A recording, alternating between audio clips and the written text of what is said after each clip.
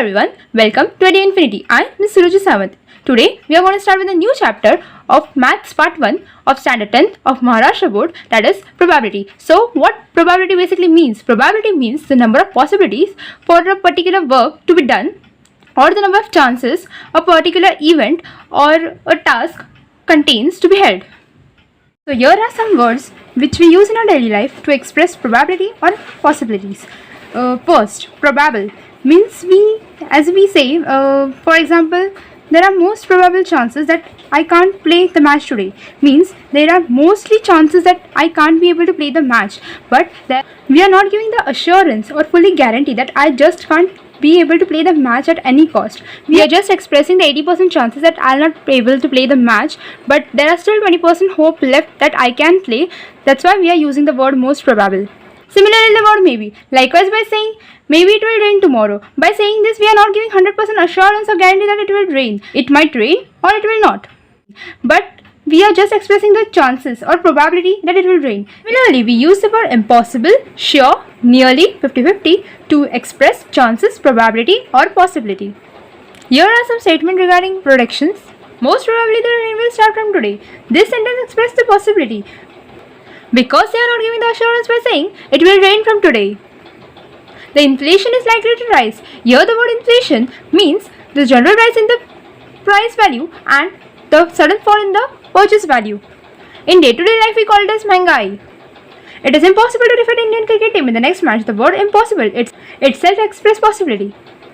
Means there are very less possible chances of defeating Indian cricket team in the next match. I will surely get first class. Here surely express possibility or chances of getting first class.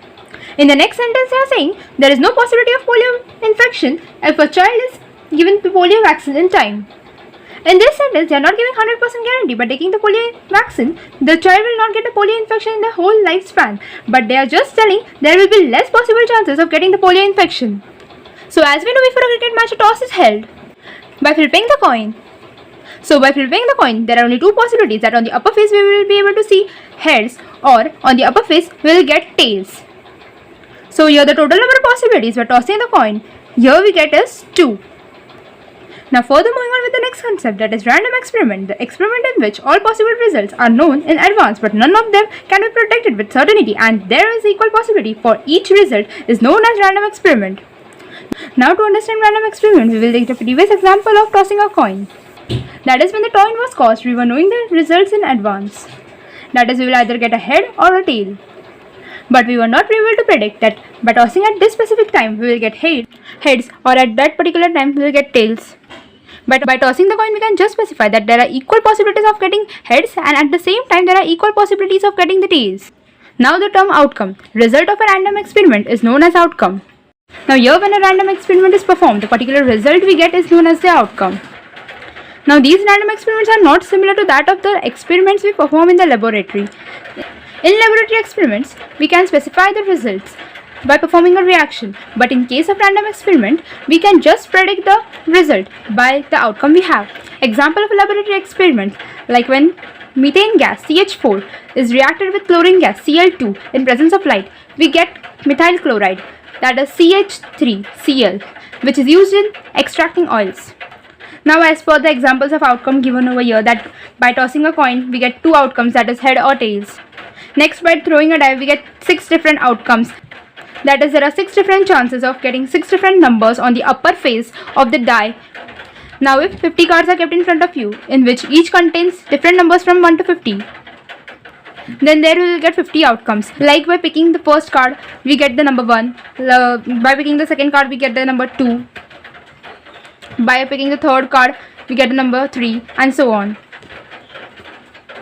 Now the pack of playing cards contains 52 cards, so the total number of outcomes will be 52, and in which 26 are red cards, which contains 13 heart cards, 13 diamond cards and 26 black cards, in which contains 13 club cards and 13 spade cards. Now the term equally likely outcomes. If a die is thrown, any of the number from 1, 2, 3, 4, 5, 6 may appear on the upper face. It means that each number is equally likely to occur. That means when we throw a die, there are equal possible chances of getting 1 on the upper face, 2 on the upper face, 3 on the upper face, 4 on the upper face, 5 and similarly 6 on the upper face. That's why the word is written equally likely to occur. However, if a die is so formed that a particular face comes up most often, then the die is biased equally. In this case, the outcomes are not likely to occur equally. So to understand this statement, we need a die. A die is specifically in the form of cube, so it has 6 faces, that is 1, 2, 3, 4, 5 and 6. When a die is thrown, the face we see on the top is known as the upper face. Now what the statement is saying, we'll understand by the example.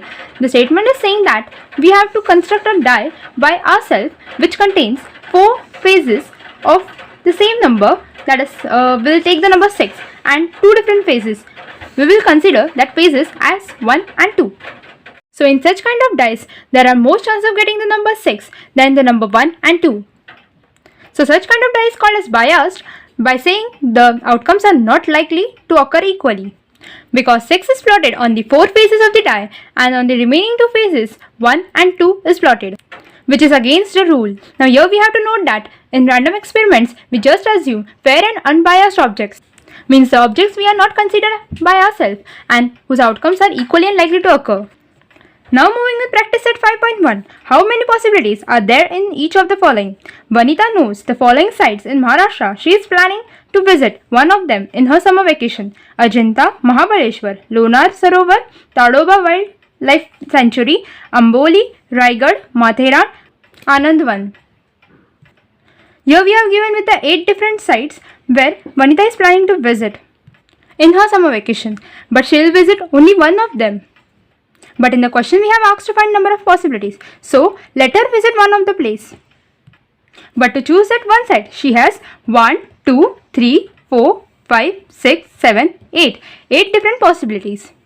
So in the solution we will simply write Vanita can visit any one of the 8 places in Maharashtra, so she has 8 possibilities. In the next question, they have asked to select any day of the week randomly. Now to select one day of the week, we have 7 possibilities. That is, because one week consists of 7 days. So in the solution we will write there are 7 days in a week. Therefore, there are 7 possible chances of selecting any one of the day randomly. In the next question, we have to select one card from the pack of 52 cards. So here we have asked to select one card, but the possibilities are 52 because the pack from where one card is selected consists of 52 cards. So to select that one card, we have 52 possibilities. So in the solution we will write there are 52 cards, therefore there are 52 possibilities of selecting one card. Question 4. One number from 10 to 20 is written on each card. Select one card randomly. Firstly, from number 10 to 20, we consist of 11 numbers. So to select one card randomly from 10 to 20, we have 11 possibilities.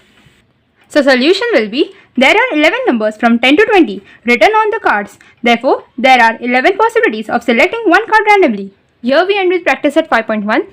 In the next lecture, we will start with practice at 5.2 of probability. And if you are having any doubts or queries, please comment me in the comment section or on my email ID which is given in the description. Share this video as much as possible with your friends. And to get notification of my further lectures, please don't forget to subscribe my channel. Thanks for watching the video and study well.